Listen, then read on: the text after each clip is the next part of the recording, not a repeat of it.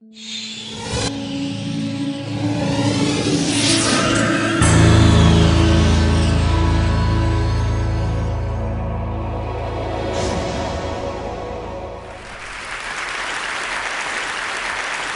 are losing our listening. We spend roughly 60% of our communication time listening, but we're not very good at it. We retain just 25% of what we hear. Now, not you, not this talk, but that is generally true. Let's define listening as making meaning from sound. It's a mental process, and it's a process of extraction. We use some pretty cool techniques to do this. One of them is pattern recognition. So in a cocktail party like this, if I say, David, Sarah, pay attention, some of you just sat up. We recognize patterns to distinguish noise from signal, and especially our name. Differencing is another technique we use. If I left this pink noise on for more than a couple of minutes, you would literally cease to hear it. We listen to differences, we discount sounds that remain the same. And then there is a whole range of filters. These filters take us from all sound down to what we pay attention to. Most people are entirely unconscious of these filters, but they actually create our reality in a way because they tell us what we're paying attention to right now. I'll give you one example of that. Intention is very important in sound, in listening. When I married my wife, I promised her that I would listen to her every day as if for the first time. Now that's something I fall short of on a daily basis.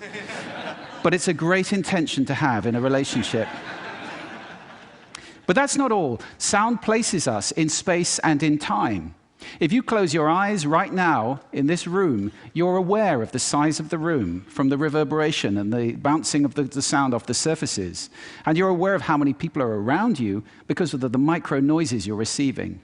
And sound places us in time as well, because sound always has time embedded in it.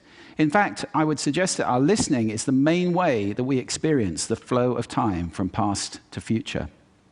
So, sonority is time and meaning, a great quote. I said at the beginning, we're losing our listening. Why did I say that? Well, there are a lot of reasons for this. First of all, we invented ways of recording. First, writing, then audio recording, and now video recording as well. The premium on accurate and careful listening has simply disappeared. Secondly, the world is now so noisy, with this cacophony going on visually and auditorily, it's just hard to listen. It's tiring to listen. Many people take refuge in headphones, but they turn big public spaces like this, shared soundscapes, into millions of tiny little personal sound bubbles.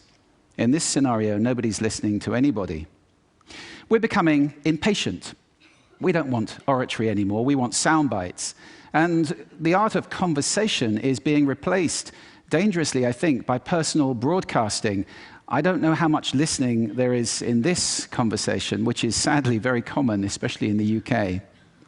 We're becoming desensitized. Our media have to scream at us with these kind of headlines in order to get our attention. And that means it's harder for us to pay attention to the quiet, the subtle, the understated. This is a serious problem that we're losing our listening. This is not trivial. Because listening is our access to understanding. Conscious listening always creates understanding. And only without conscious listening can these things happen. A world where we don't listen to each other at all is a very scary place indeed. So I'd like to share with you 5 simple exercises, tools you can take away with you to improve your own conscious listening. Would you like that? Good. The first one is silence.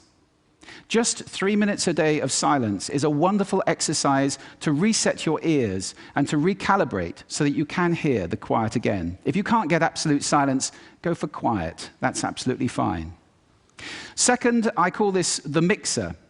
So even if you're in a noisy environment like this, and we all spend a lot of time in places like this, listen in the coffee bar to how many channels of sound can I hear?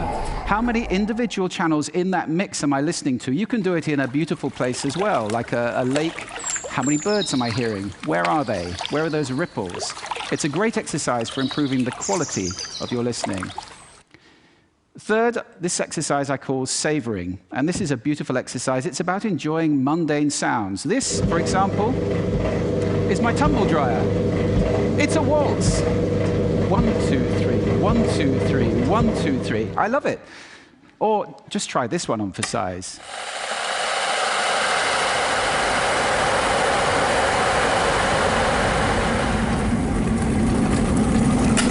Wow! So mundane sounds can be really interesting if you pay attention. I call that the hidden choir. It's around us all the time. The next exercise is probably the most important of all of these. If you just take one thing away, this is listening positions. The idea that you can move your listening position to what's appropriate to what you're listening to. This is playing with those filters. You remember I gave you those filters at the beginning? It's starting to play with them as levers, to get conscious about them and to move to different places. These are just some of the listening positions or scales of listening positions that you can use. There are many. Have fun with that. It's very exciting. And finally, an acronym. You can use this in listening, in communication. If you're in any one of those roles, and I think that probably is everybody who's listening to this talk. The acronym is RASA, which is the Sanskrit word for juice or essence. And rasa stands for receive, which means pay attention to the person, appreciate, making little noises like, oh, okay. Summarize, the word so is very important in communication, and ask questions afterwards. Now, sound is my passion, it's my life. I wrote a whole book about it, so I live to listen. That's too much to ask for most people. But I believe that every human being needs to listen consciously in order to live fully, connected in space and in time to the physical world around us, connected in understanding to each other, not to mention spiritually connected, because every spiritual path I know of has listening and contemplation at its heart. That's why we need to teach listening in our schools as a skill.